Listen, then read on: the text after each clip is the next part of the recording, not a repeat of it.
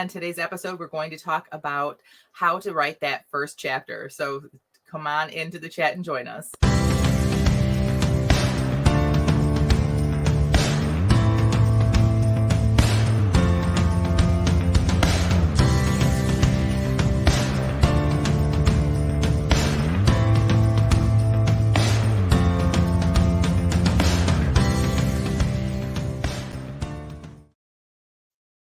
Hi, everybody, and welcome to the Christian Indie Writers Podcast, where we inform, encourage, and support Christian indie writers on their journey toward publication.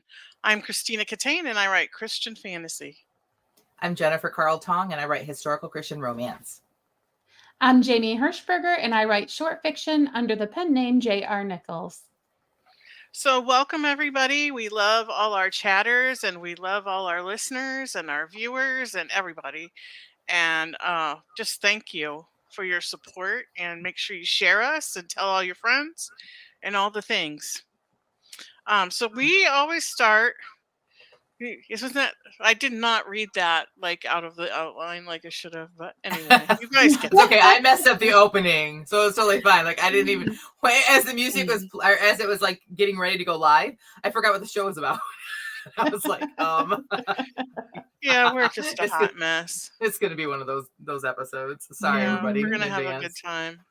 So we always start with a what's up, and we go around the virtual table and we ask each other what's up, what happened in the last week or so. So Jamie, what's up with you? Well, I've been on kind of a little journey to just discover what I like, what I don't like, because, sometimes as caretakers or moms or people who are very giving, and especially in the community of faith, you're taught to put everybody else before yourself. And sometimes that means you just forget even who you are and what you're all about. And I happen to be in a season of life where I'm blessed to be able to just discover and rediscover the realities of what I like and what I don't like. And so I ran across the tradition of having a porch goose. And apparently this was very popular to do like in the 80s. And I kind of remember seeing porch geese, right? And you have a porch goose, and not only is there a goose on your porch, but then people started putting little outfits on them to, and first it was just like a little prairie dress. Oh, how cute. Look, the goose has a prairie dress. Well, because humans are how they are, in the days before memes could happen, people started to go wild with the porch goose outfits and started to make it be where every season the porch goose would have an apropos outfit. So this always just, I thought, was like a hoot. And I am not someone to put up Christmas lights. I'm not someone to decorate for any holiday. But the idea of just having this one goose on my porch that will just like have a different costume on for every season just super appealed to me. So I'm going to share with you my September outfit. Jen has it in the queue. So here's how I dressed my goose for September. And I'm not going to lie, I look at him and I think Kurt Cobain. So, oh my word! Now I see it. I cannot. I totally see it. He's supposed to be a scarecrow, but I'm just like, you smell like Teen Spirit, dude. And you need to get that smell and like spray it on him. Which to me is like teenage boy sweat. But oh my! And not pictured is the little tiny pumpkin that I have since purchased for to accompany Kurt there with his scarecrow self. And so it now has to be the duck's name, the goose's name from now on. It has to be Kurt. Oh my word. And it's funny too, because everybody will name their goose, and there's typical, like Loosey Goosey or Goosey or whatever. So for me to have one named Kurt, that's just so classic. Like no one, like, why is your goose named Kurt? Anyway, so my October, this I handmade. I went to the Dollar Tree and like cut off pieces of scarecrows from the Dollar Tree and like made it with hot glue for the goose. I'm so impressed, Jamie. Why, thank you. Yes, very crafty. But then I got a store-bought Halloween costume because we know the kids all want to get their Halloween costume from the store. And so Yes. here is how Kurt will look Hey, for Right, Kurt's got to be the same. I love it. Oh For my those of you goodness. listening, you need to go over to YouTube and watch this because this is so adorable. Oh my goodness. And I'm gonna put Oh, it's a candy corn. it's a candy I'm corn. a little slow this morning. Excuse me. And so Miles Kimball, it's so expensive and ridiculous to do any of this, but you know what? I do not spend my money on anything else aside from food and toilet paper, it seems. So I might as If you well. quit eating, you wouldn't need the toilet paper. Maintaining the tube, you know, the entrance and the exit. That's all that I'm doing with Oh my my money. word, you guys. So I decided to Oh, do dear. something that's just for no reason. And this is why That's I am fun. spending big That money on Kurt. Yeah. That is absolutely fun. All right. So Catherine says, talking about the Kurt Cobain look, she says, "Oh my gosh, yes, the hat and the hair, absolutely." I'm never gonna be able to. For those of you that did not see it, we had to go back. Let me come over here. Why won't it let me? Oh, oops! You guys get to see everything. All right. Yep. There it is. For those of you coming in late, there's Kurt Cobain.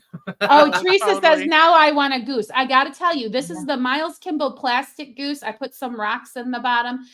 Traditionally, it would be a cement goose. So if you can find a cement one, you're going to be being more quote unquote authentic, but I'm not necessarily worried about authentic. I just want fun. My sister who lives in Goshen, Indiana, actually has real geese that sit on her porch. Do they wear Kurt Cobain outfits? No, I'm gonna have to suggest it to her though.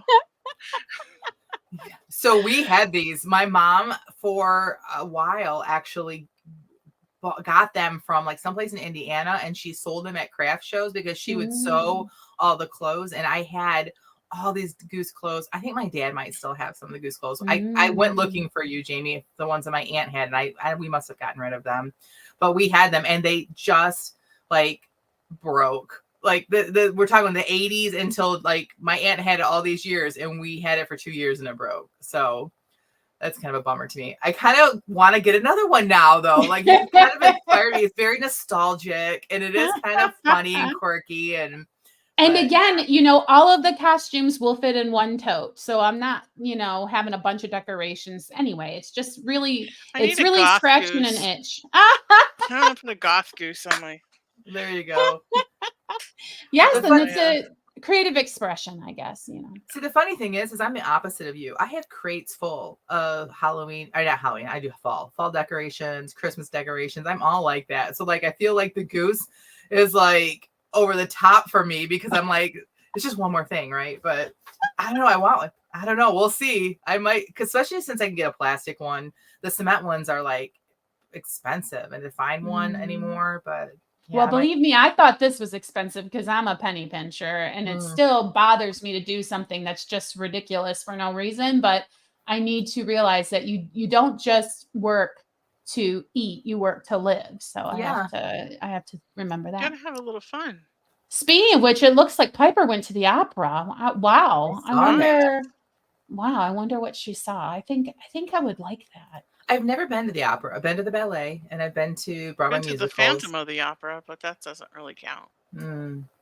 I was I got free tickets to go see the ballet. No, so when I was in college, I went to Boston University, and at least back then, part of your college tuition paid dues actually for membership to a couple of things in Boston, including the Boston Ballet and the Museum of Fine Arts. So we got to go to the MFA anytime we wanted to for free. Love that. Yeah, it was, and it's such a great museum. And then so we went for $5. We could go see the Boston Ballet.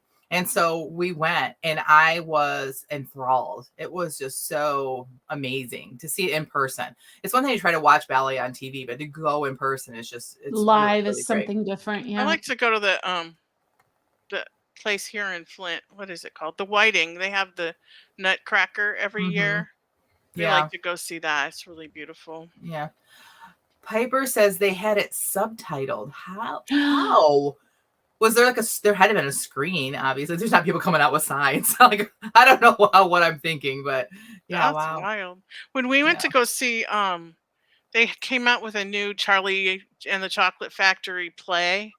Oh, It was uh-huh. kind of a modern take on Charlie and the Chocolate Factory. And my Mhm. husband and I went, and there were people down front signing the whole thing. Like Nice. they were kind of um getting into the parts a little bit, but they were mostly just signing the lines. But it was pretty cool. Yeah, All that is right, really well, cool. I guess I'll go next for my what's up. Yeah, what's up with you, Tina? So I was telling the girls before the podcast, I just couldn't wait. I had some trouble sleeping last night because I had an appointment first thing in the morning and I was worried I wasn't going to get up in time. And I had left my smartwatch. I have this smartwatch, tells me how many steps I took. I slept tossed and turned so much in my sleep last night that I took 51 steps according to my watch while I was sleeping. So I thought that was hilarious. And I don't know. I've just been kind of introspective And then, this of week. course, And go ahead. oh, no, sorry. I think that one of us is lagging. So if it's me, I apologize. Oh, okay. Um, I've just been kind of introspective this week, and Jen was talking about her kids growing up. My youngest turned 20 last month, and my oldest turned 35 this month, and Wow. my third, I have 4 children, so my third down, he just turned 30 yesterday. And my other son, Michael, is going to turn 33 in November. And like, Oh, how am I my even old word. enough to have children this age? All And right, it's just weird. I'm gonna You're not- advocate for your oldest, who happens to be the only girl, that you from now on just say she is over 30 so that you're not outing her age. Oh,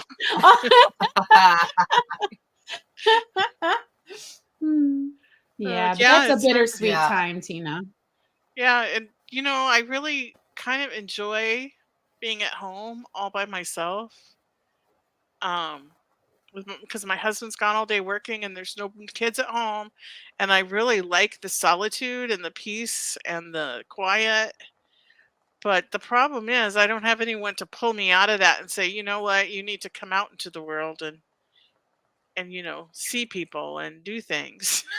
Because I could just sit inside the Mhm. house with the curtains closed in my head all the time and lose track of time. But yeah, it's funny. It's funny how I feel like I should still be calling my mother to ask permission for things, and yet I have these children.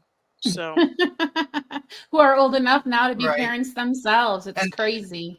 yeah, and then my daughter does this thing where I'll be doing something. She'll come over and I'll be doing or saying something. She'll go, "Mother," like in that I was tone. gonna say, how about when it gets to the point where you have to ask your children for permission to do things, right? Because they're like they become more adult than you do, right? Like they're all of a sudden they're the responsible one. You're like, We were gonna go somewhere, and I had put something on, and she looked at me. She was, "Mother, no." Like, That's hilarious. Because my rule for my girls are, if you don't want me to go wearing that out in public, you can't wear it out in public. You know what I mean?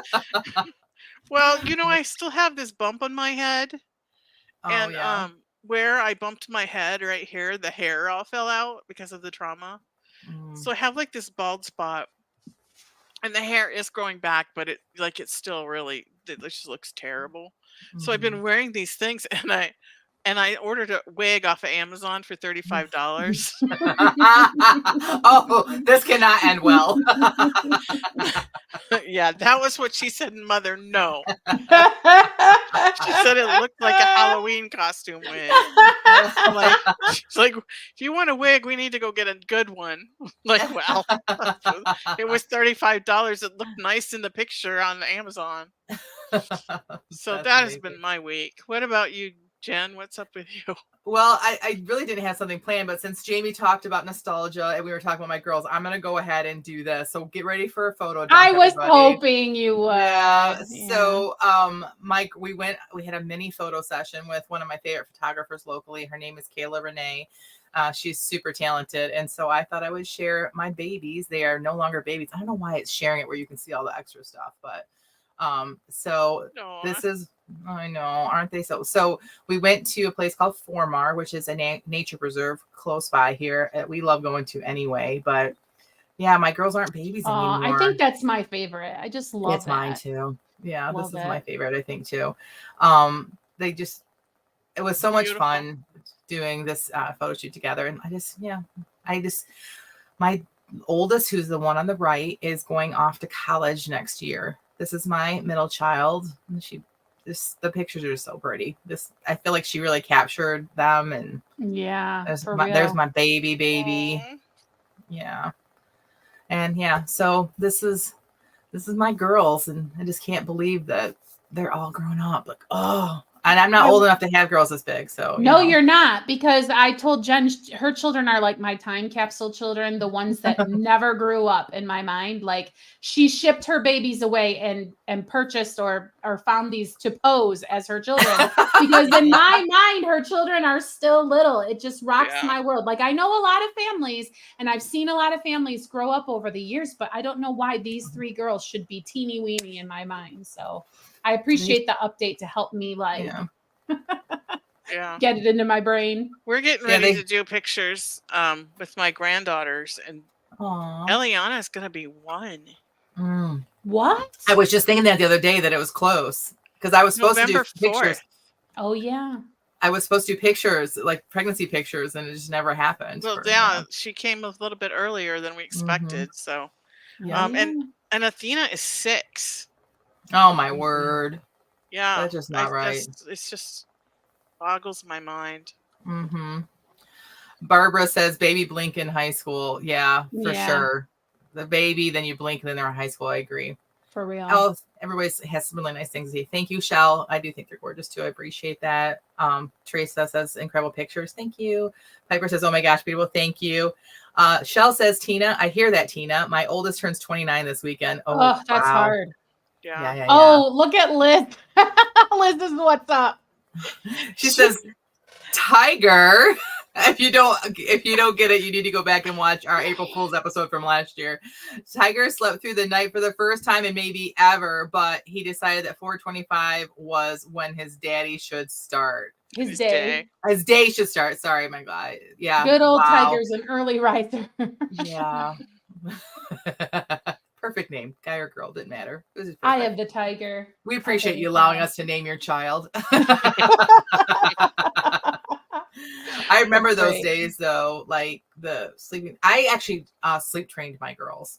For anyone who has babies out there, anyone, like, I think you can do 18 months and younger.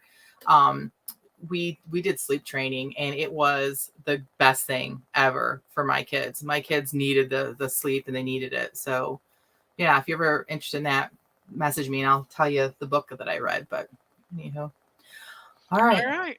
So let's move on to our topic of the day, which is back to basics: how to write that first chapter. So if you're sitting, you have a new book, you have an idea, you've kind of fleshed out some characters, maybe you've done a lot of plotting. But what do you need in that first chapter, and how do you start when you have that cursor in front of you? Do you guys think that you ever struggled with the first chapter when you were first starting as a writer? Or I think I was blissfully unaware that I needed to worry about what was in the first chapter. I think I just started writing. What do you guys think? Yeah, same. I was not thinking about a first chapter, because again, like, I came to writing through a nano scenario, and it was just like, get those words down, baby. Yeah, I've always gone back, and like, I've kind of had an idea of a beginning. I started with an epilogue, actually, with my very first book. I had like this epilogue I'd been working on for years. Right. But, like now I have these sprints of stuff, like random scenes throughout the books, and then I kind of put them all together, and then I think about my first chapter and what I need to have in there to hook the reader and all the Mhm. things that we're going to talk about today. Right. I think now to at this point, I feel like when I write, even if I'm sprinting, I get most of the stuff in just because I've been doing it for so long, so. Yeah. All right. Well, and you're a plotter, so it's going to be That's a little true. bit different. Mm-hmm. Very Yeah. true. Yeah. Right. So if you're a plotter, then do you have your first chapter plotted out before you start writing anything? Pretty much. Like, I don't have it plotted out by sentence, but I know what is going to happen in that chapter before I even start writing it. So yeah, so it's easier for me, and then like there are certain things that are specific to romance that we're going to talk about that I, and it just kind of comes secondhand to me, but yeah, for sure. I do know what I'm going to be doing before I even start typing.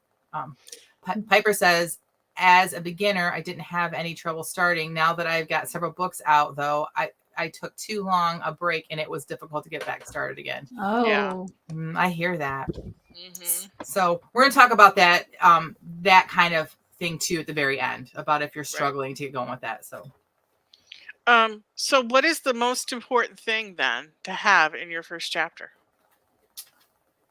My opinion, you got to introduce your main characters. Like main character, unless you're writing romance, then it would be two characters. We call it the meet cute, which I hate that term. I've always hated that term, but that's what it's called when you're characters that are going to fall in love when they meet each other. So for me, the most important thing is that you have to introduce your main character in the first.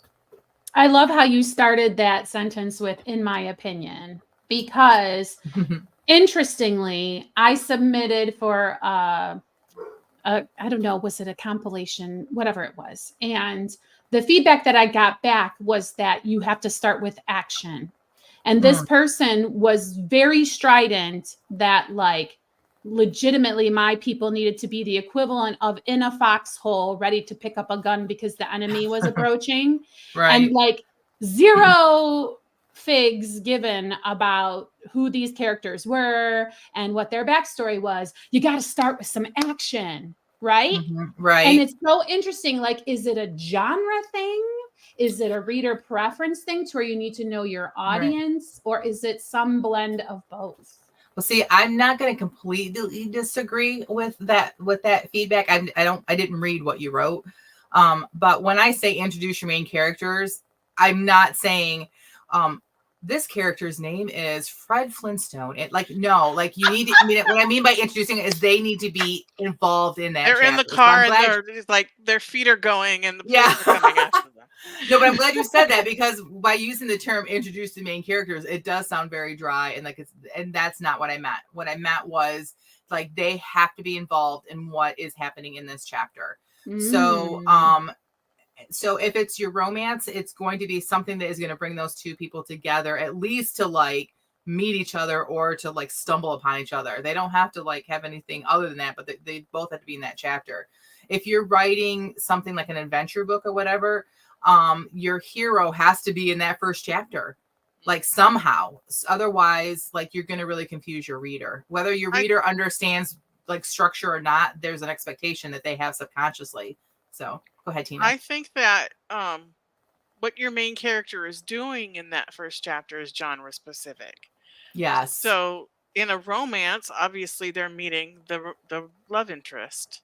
Lots of different ways to do that, but yes, they're meeting. Yeah. Yep. The thriller, somebody's dying or somebody's kidnapped or like, so that would be maybe in the foxhole with the rifle. Like if you were writing a war story. If you were writing a detective story, you start with the murder or the crime, which usually is murder because that's like the highest stakes. Right. So but you're always introducing your first character and some kind of conflict and some kind of thing that character needs to accomplish by the end of the book. Right. Yeah, you've got draw the reader in and then in parentheses hook in the outline. So you need to like hook the reader and get them to read chapter 2. Like that's your overall goal with this chapter, right? Right. And so the argument is, how amazing does it have to be a hook? And someone like Lord of the Rings, the Hobbit, the hook is, what is a hobbit, right? And so it seems like it's just a humdrum scene of the everyday, but it isn't, because the freshness of the ideal of a hobbit in this strange world that the author is creating for you is the hook. So if you don't have that going for you, you have to have some kind of a like event, don't you? Because I see in our outline, hero in his everyday world sounds boring to me. But so that's how do exactly you? what the Hobbit in the Shire is.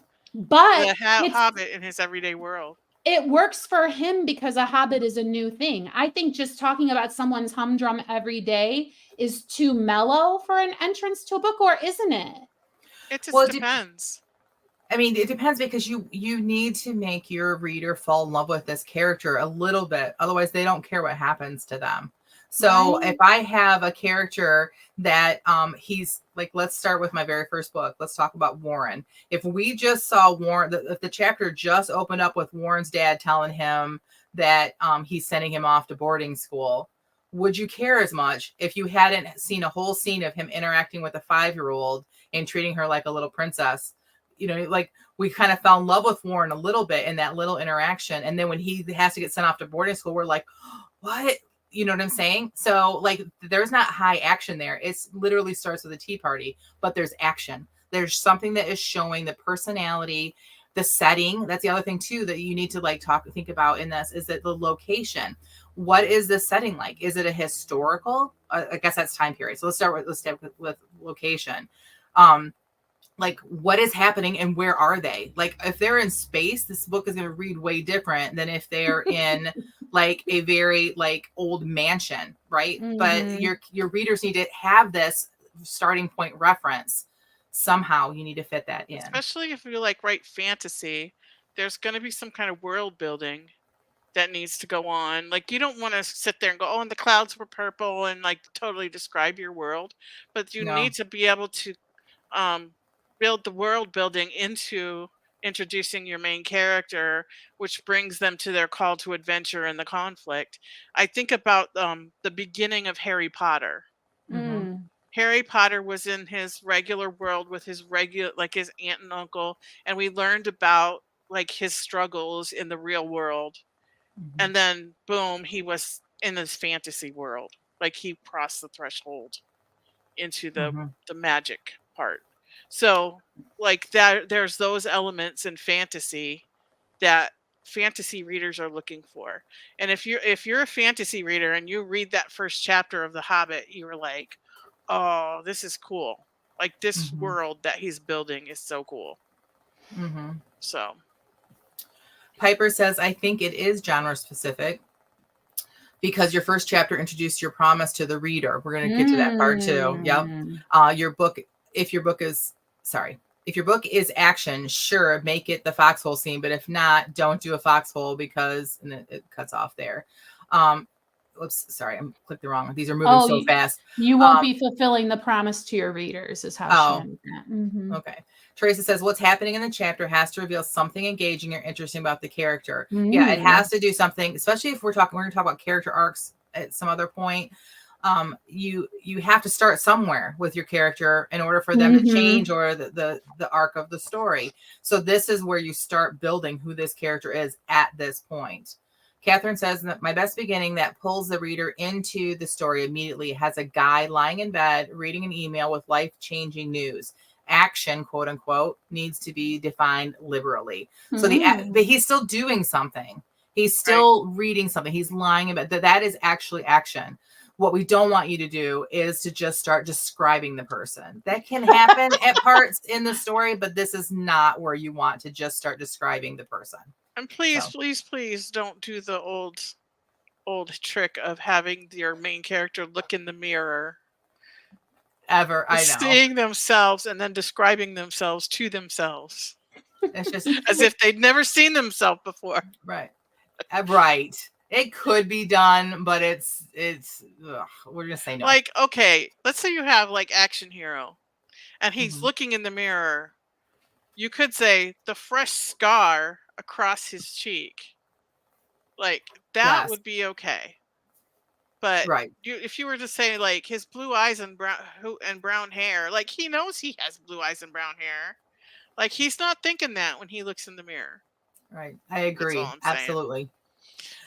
And we kind of hinted at time period. This is important, especially if you write like historical, but it's not just historical. But in historical, you got to let your readers know right away what time period. Historical readers are very, they want specifics. Like they don't want you just to like kind of generically put them in like an old-fashioned dress and in an old-fashioned town. True historical readers want some facts. They want to know that you know the time period you're writing it, and they want to learn a little something. So this is where that starts, is that you need to let your readers know right away the time period. Sometimes I've done this, and I think this is really best for historical, is before the chapter even begins, you put town and a date, and then you build on that. Like that's not all you do, but you build on that. But this is also important if you're writing something like futuristic. Like you need to give clues immediately to your reader that this is not in their time period. Like in my first book, I put the date, and it was obviously in the future. Right. But I still got feedback of people who didn't realize it was in the future.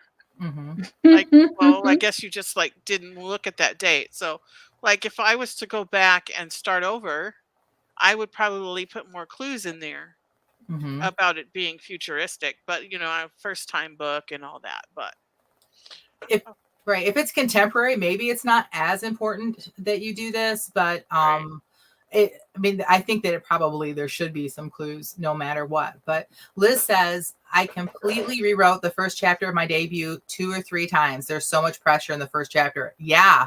Because so many people will put it down if it isn't good. Like, and so many people will look at the look inside on Amazon, Mm-hmm. and if you don't hook them they won't buy in the first place. Very true. Very true. I'm one of them. I actually put a book down this week. I just was like, I just can't. Yeah. And it was a traditionally published book. So it's not like just indie writers. So I was reading a really popular series this week, where they had the guy looking in the mirror, describing himself, and I was just like, seriously? I came across some serious head hopping in a book I read this week that was traditionally published about a decade or two ago. Maybe it might have been closer to 20 years ago. But I think it might have been like an editing issue. Like I think that they weren't putting the double spaces between the change or like any sort of like, but it also was happening like 3 or 4 times in the chapter. So that's another thing too, but that's a whole nother topic. I wonder if actual readers that aren't writers would even notice those things. Probably not. No, but yeah, let's move on. So I put tone and theme in here, and kind of what I mean by that is, if you're going to be writing a cozy mystery, you don't want to have like a thriller theme in your first chapter and then suddenly it's cozy. Does that make sense? Right. If there's going to be a humorous theme in your book, you should probably start with the humor in the chapter 1, because you don't want to be like really serious and then all of a sudden the humor comes. Right. Or you don't want to start out humorous and then all of a sudden it's really deep and dark and right. You know, so like it's another thing about reader expectations, reader promises. Like if this is going to be a humorous cozy mystery, then start out with that tone in your first chapter. I would probably argue that this is something too that you can like massage later. Like if you're struggling with that as you're writing your book, you can always come back in and fix that. I don't know. You can't fix the meet cute. If you don't put it there, it's just not there. You can't, there's certain things you can't fix, but I think it's really important, but it's something that if you're struggling as you're starting to write, that it's something you can work on later. And I'm coming at this as someone who doesn't start with chapter 1 when I start writing. So right. Oh, we're gonna come back to that too. Yeah. When you talk about the meet cute, Jen, that has to happen in chapter 1, and then that's genre specific to romance. But every chapter 1 should have something that happens, which they call an inciting incident. Would you agree? So something to make the character take a next step, a reason for there to be chapter 2. Right. Is what it needs to be. It would be the email in Catherine's. So now because of that, it's funny in improv theater, when I was working with students, we would do this exercise where it was once upon a time, just like every other day, and then suddenly, and because of that, and then everything else is another because of that, because of that, because of that. And if you use that outline as you're doing an improv scene, you're kind of telling a story, and it's done for you. So if you can remember once upon a time, just like every other day, that's Tina showing the character in their everyday world. Right. And then when suddenly, that's the meet cute or the inciting incident. The call And you to want, adventure. Yeah. yes, your following chapters will be because of that, and then because of that, and then because of that. And that's how you get to your happily ever after or whatever is going to be at the end. Right. The inciting incident should change the direction of your character's life. Mhm. So your character is like, this is my life. Here I go, walking along. Whoops. And then that's your inciting incident. Now it could be a major thing like an earthquake, and all of a sudden there's like no power anywhere in the world, and now you're in a totally different kind of world. Or it could be something just like meeting this person that is all of a sudden there's a man that is going to change your world. It can be that simple. I think it needs to be more than that in romance, but that's just me. But you know, there needs to be a conflict that's caused by this inciting incident. So in your romance example, perhaps she's sworn off men. Yeah. And she's sworn she's never going to fall in love with again, and she's just going to be independent and by herself. And then this man comes into her life that totally upsets that idea of what she wanted for herself. Like that's enough of a conflict to keep a romance reader reading. Right. And I got to say, if I'm brand new to all of this and I'm coming to this episode and I'm thinking, okay, I'm going to start writing chapter 1. This feels like a lot of pressure. Yes. Doesn't it? Like you have to know everything before you even write chapter 1. I don't think so. But that's how it feels to hear about this, right? It does. Of course, I'm a platter, so I'm going to like brainstorm all this kind of stuff, and I'm going to have it in front of me, and then I'm just going to start writing and see kind of what comes out. And when we say I'm a platter, I do plot things, but like it's still discovery writing. I don't know exactly what every sentence is going to say or how my character is going to show up, because sometimes they change their mind of what kind of person they want to be. But yeah, so like it can be like that, or it can be you just like start writing, and then you can come back and fix things. But yeah, you had a really good. Tina was saying, earlier. Yeah, you were telling us something. We were going to wrap up with this, Jamie. You were telling us something that you had read earlier this week, and what was that?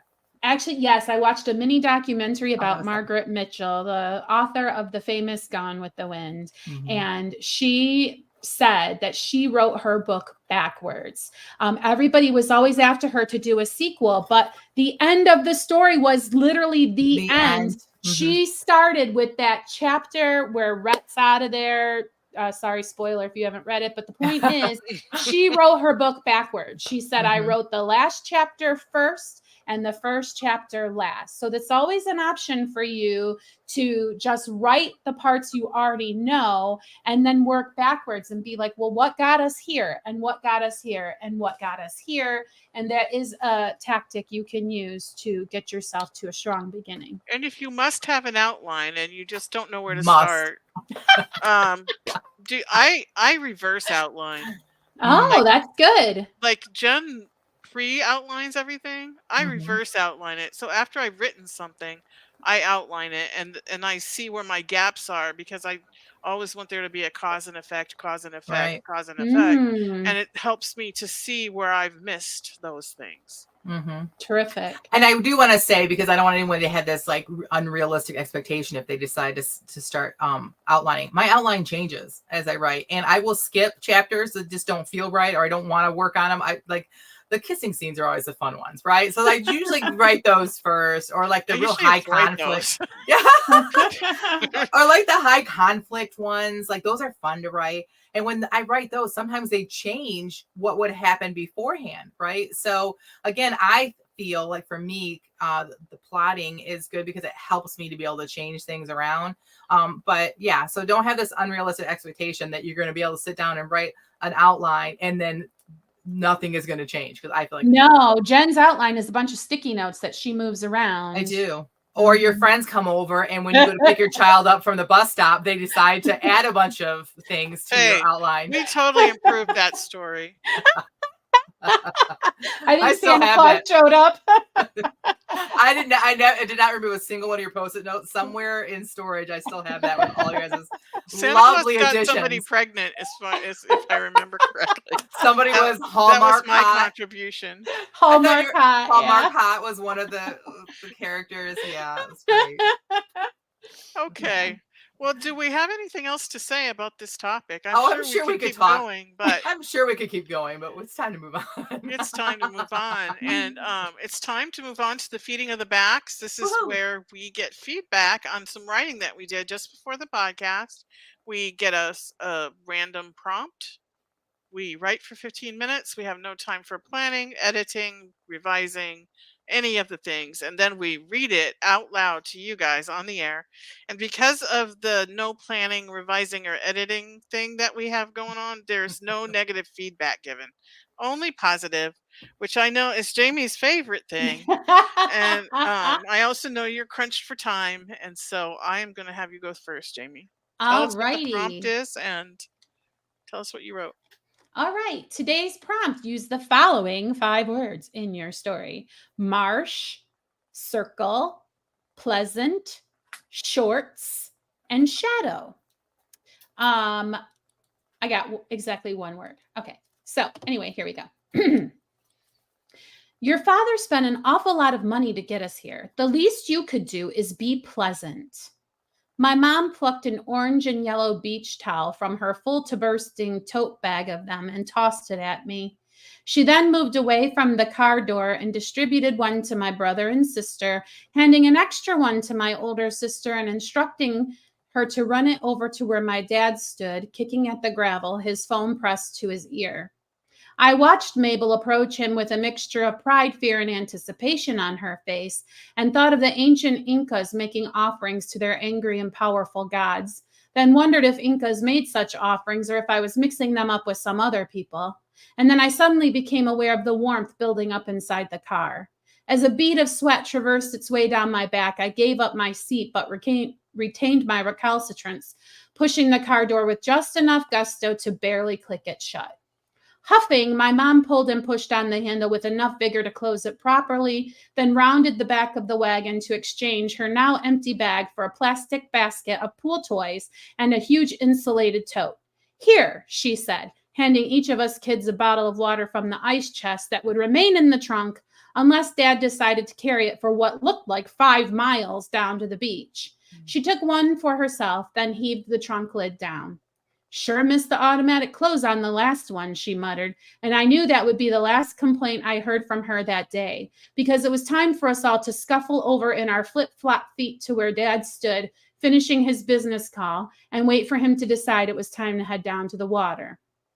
He didn't acknowledge us for what felt like 7 minutes, all standing there in the full sun. When he did turn around, he scowled and made an impatient gesture toward the shoreline, as if wondering why my mother hadn't started with us down there sooner. My mom smiled and turned on her heel. Okay, kids, time for some fun. The words burst from her like water through the skin of a taut balloon pricked with a hot needle. And I had to admit I found the enthusiasm contagious. And I found my steps grow lighter as gravity propelled my long, lean body closer to the beach. I was the first to arrive and stood wondering where we were to make camp, but everyone else piled on top of me seconds later and dropped everything. So I imagined I'd done good. My dad finished his call. That was an important call. I can't believe the racket you made. My father's voice was quiet, but I could see the impact his words had on my mother, and I felt the impact they had on me. Once again, my stomach was full of half-cooked oatmeal, and my bones were made of lead. A cloud seemed to cross the sun, so dark did the countenance of my mother grow, in spite of the fact that she kept her movement brisk, her tone light when she spoke. I'm sorry, I thought I was far enough away. You know I'm always so much louder than I think I am. And then the timer ran out. So good. I love the balloon statement, Jamie. The with hopping the water balloon with a hot needle. That was like very descriptive. I love that. And I feel for this mom. Like, I want her to be mad at him. I want her, but I love that the child is seeing this. Like, she's seeing everything unfold, as opposed to being just kind of oblivious to it because she gets to go to the beach. So yeah, really well done, Jamie. Thanks. Yeah. I appreciate that. I just watched a thing about it was Why Women Kill, and it was about this woman whose husband had multiple affairs. Oh, So she like devised this scheme to get the neighbor who was very violent, like abusive to his wife, to Mhm. kill her husband, thinking that he was wow. having an affair with the neighbor lady. Oh So wow. I was having Wow. murderous thoughts. Is what I'm trying to tell you. Like she could I don't know, take him out in the water and Mm. accidentally hit him on the head with a rock. I don't know. In a Jesus kind of way. Oh, thanks. I'm glad that it had an impact. It was Yeah, I really hate him. good. And I, Well, one more bit of like positive feedback too is I know that this is a more contemporary piece instead of it being like in the 80s or like when you first start reading, like I'm always like looking for clues because you write so well from like the generation that we grew up in. But when you talked about water bottles, number one, like Mhm. that would not have been that's going to be more contemporary. And when you talked about the mom's like that she missed the automatic opening trunk, like the last Mhm. vehicle, which also like I filed that away thinking, okay, have they lost money? Are they like, is it financially? There's some situations happening. Like just that part was very, very well done, Jamie. So yeah. Thank you. I And I appreciate like that. the hot oatmeal in her stomach. yeah. Mm. Yeah. Yeah, it's interesting because I've been learning lately, they call them feelings, but a lot of times I intellectualize my feelings and I Mhm. don't feel them. So I'm trying very hard to like understand where I'm feeling the feeling. And Right. so when I do my writing, I practice that with my characters. Like what does this or that scenario actually feel like in your body? Do you know what I mean? Yes. Yeah. Yep. Mm. Yeah, I thought Well, was well thanks. I done. appreciate that. And Teresa feels the same way. She says Jamie's so good. Yeah, Thanks, I Tracy. agree. I love Fridays. Okay. Well, I guess it's my turn. Okay, go All right. for it. I did get all 5 of the words for once. Yay. Yay! Even know how that happened. But here we go. The marsh went on for miles. For the unlucky person who wandered into it, it was a bear to find your way out again. A person could circle forever trying to find where they'd come from and never come out.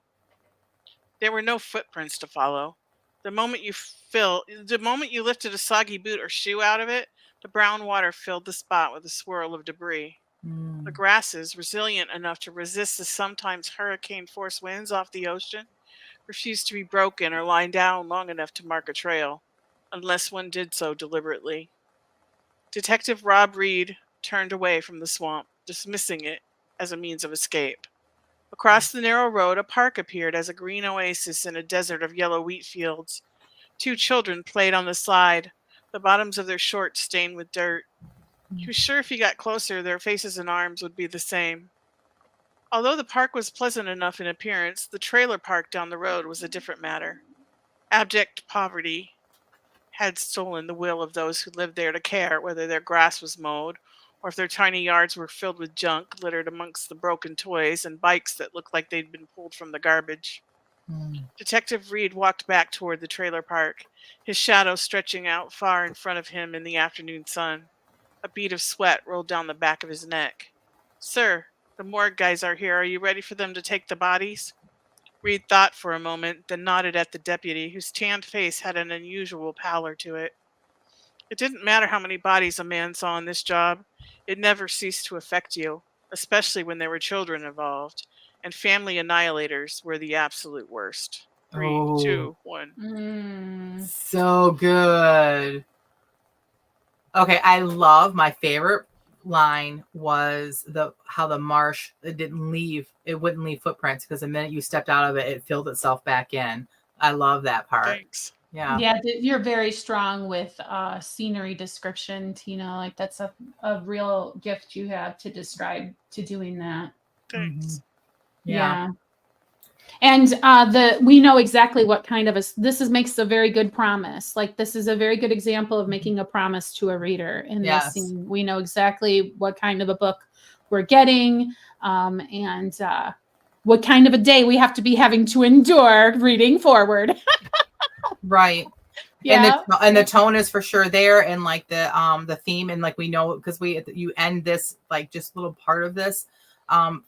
I'm guessing this would be a first chapter, but you end it with like, especially when children are involved. Now I'm even more invested. Like, okay, it's a murder mystery. It's going to maybe be a thriller. Okay, got it. Oh, children are involved. Now you've got me that one more step in. So, especially since you were already like talking about the bicycles in the weeds and like, and so the like kids on the slide, the still alive kids. the still live kids, like, and then now there are some that now like just very, very well done. Yeah. Thank you. Yeah. Love Yeah. it. Teresa Appreciate it. says, wow. Yep. Thanks, Teresa. All right, Jen, what did you do? I think I got all the words too. Good for you. Yeah, I did. But if you have a bead of sweat running, I'm gonna. I know. I don't. Jaw I dropping. don't. But I was going to say that, but no. I had to actually go back and look at our list and see if we had bead or sweat as one of the words. Because you guys both did that. It was the shadow, like the shadow from the sun, and then that No. kind of like what if the shadow was on the back of his neck? I mean, if the sun causing the shadow. Gotcha. Anyway.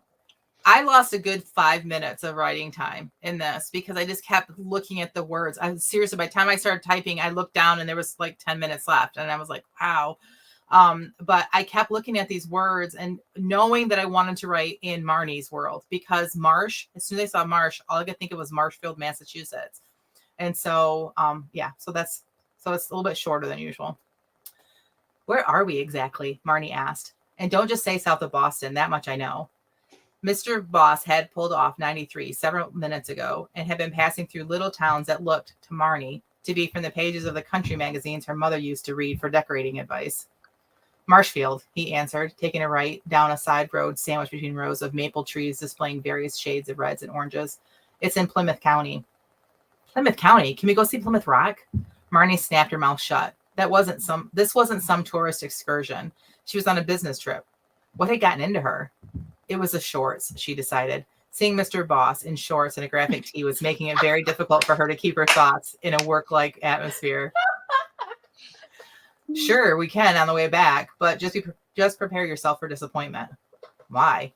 Because Plymouth Rock isn't anything like you were expecting. It's pretty small, and it's caged up, so you can't get anywhere near it. Caged up? Afraid it's going to wander off? He laughed, a nice, genuine laugh. Sort of. Tourists kept chipping pieces of it as souvenirs. Pretty soon there wouldn't have been anything left.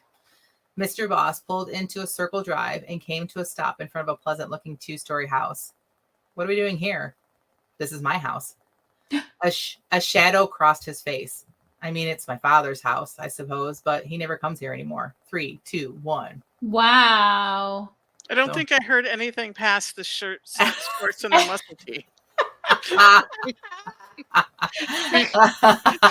Graphic tee. I didn't say muscle tee though. That's Graphic. good too. Oh well, I, in my mind heard muscle. Your narrator voice with this world, I just love. I love the lighthearted and Marnie is trying to be all like sophisticated or professional or whatever, and she keeps like putting her foot in it, proving that she is just like not like I love this whole vibe of this series. So just another excellent installment, and how fun to get a peek into the real Mr. Boss. Like he's a real person. Who would have thought, right? And this is like the hilarity of the whole thing is that she's just kind of like, this is why I want him to just be Mr. Boss, like until maybe like the last chapter, because he's just an object to her. He's just like her boss. She's not even thinking of him as like a man. Right. I agree. I think that that's what I'm going to do, honestly, because you suggested that like over a year ago, and I was just like, yeah, why do I have to give him a name? At least not now, right? Yeah. He's not a man. Oh no, he's not a man. Even though he makes me feel some kind of way. You know what I mean? All right, exactly. Major denial. Like I want to know why the shadow over his face when he talked about his dad's house. I love that every time you write in this world, the tone is the same. You have that like comedy of errors kind of thing going on. Aw, thanks. Yeah, it's a really good world. I have really good memories from Marshfield. I used to work when I was in college. I had work study, and I got to work in the alumni department of the Boston University School of Law. And so you deal with a lot of lawyers and money. Like the whole thing is just about getting donations, right? But we had the kindest secretary. She was older than my mom at the point. She's probably close to retirement, but the woman was just very classy, like Princess Diana kind of classy, right? And I just loved her. She was very soft spoken and just very dear. Well, and my friend Maggie worked there too. And one week she's like, "You guys want to come home with me?" We're like, "What?" She's like, "Come home with me for the weekend." And she drove us down. She lived in Marshfield, and they lived on the ocean. Like their house was just, it Nice. wasn't anything super impressive. It was like an older home, and you could tell they'd raised their kids in it, and there were just books everywhere, which of course I was in love with. But they had like a screened in porch that faced the ocean, and that's where they ate all the time. And you would sit there and just the ocean just rolling in, like it was nothing. This was just her life, and I was just like, I love this woman. And Nice. so I'm sure she's gone now. I did not keep in touch with her, but I was thinking of her in her house this whole time I was writing this. So I think it's what took me You're so gonna have to. long. You're gonna have to have her do a cameo Yeah. in the Maybe. story. Yeah, that's a good idea. I should somehow fit her in there. So anyway, that's it. Yay. Yeah. Thanks for Okay. sharing. Do we have any? Yeah, we have a couple. Yeah. Oh, it was the shorts. That's my favorite right there. That's my favorite comment. And Barbara says, "LOL, Jen," and Yeah. Teresa says, "Oh, Mr. Boss." That's right, Mr. Boss. We love Mr. Boss. Okay, Yes, we do. so it is time to move on to what's next. And so that's where we go around and say what we have planned next. So what about you, Jamie? What's next for you? I am currently in the process of developing like a TikTok presence. Strategy number one, I have this whole like idea for it and what I want it to be. And so the execution and implementation of it is like currently what I'm spending all of my free time doing. So I'm actually enthusiastic about something related to writing, which is such a new place for me to be. So very excited to keep going with that. How about you guys? I kind of want to see your TikTok, but you don't want me following your TikTok because I'll throw off your algorithm. I'll take all the followers I can get. Algorithm be darned anyway. So what's next for you, Bambina? Well, I actually wrote this past week, and Yay. so I joined Cindy in a office thing with the Strengths for Writers people, and Mhm. wrote like 1,600 words. And I was going to do it again the next day, but I overslept because I'd been taking some stuff to help me sleep, and it worked a little too well. So I'm going to try to get up bright and early. I'm not as early as Cindy. She is an early bird. She said she 5:30, and I went, no, I'll be sleeping. We're in the same time zone, but that's not like I'm not even in the same wavelength over there. But yeah, I want to try to get up by 7 and be in the somewhere where I can write at 8 and get some writing done, even if it's only a couple of sprints. Like I only did 3 sprints that day and got 1,600 words. So that's awesome. Yes, she's been hosting a room. If you're not on our Facebook group, you should run over there and join so you won't miss her next room. Right. Yeah, and it's agreed. kind of open all the time if you wanted to jump in there and let everyone know you're in there at any time. People who are available could join you. What's next for you, Jen? I'm trying really hard to get this book put together, and my Mac stopped working. And it's possible that it was my charger. And my good friend, my friend Amanda's husband, well, he's my husband. He's my friend too. My friend Justin, who's the one that set me up with my monitor, and he always kind of like helps me do stuff. He's an engineer. Anyway, he messaged me just the other day, and he said, "I bought you a new charger." Because I'm like, I don't want to spend $70 on this charger. And I'm like, dude, you did not have to do that. He's like, I spent $3. He always is finding these deals. And so I got a new charger coming to me here soon. We'll see if that's the problem. If it's not, then we'll have to figure out what I'm going to do. Or I might have to put my software on my work computer and get some stuff done there at the church. But anyway, I'm really trying to get this book done because it is already going to be October in just a couple days. And I got to get this book so that it's for sale soon. So that I'm totally fully focused on the cover and all that jazz, finishing up all that stuff and getting this book out into the world. So that's what's next for me. Awesome. All right. Awesome. Okay. Well, next week is October. and we're Yes. going to be doing some Preptober episodes. So you're not going to want to miss October as we prep for NaNoWriMo, which is Yay. coming up in November. Whether you want to do NaNoWriMo or not, at least tune in because there'll be Yeah, some good because stuff. Yeah. prepping can teach you lots of stuff. You don't have to do nano. It's like Christmas for me. It's like the most exciting time of the year for me. Preptober. We get to prep. I might buy some new supplies.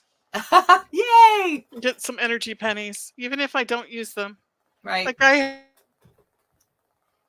Whoops, we Post-it lost. notes, and my Mhm. daughter's always borrowing them, and Oh. I get very territorial over my Post-it notes, which I never use. I don't know. All right.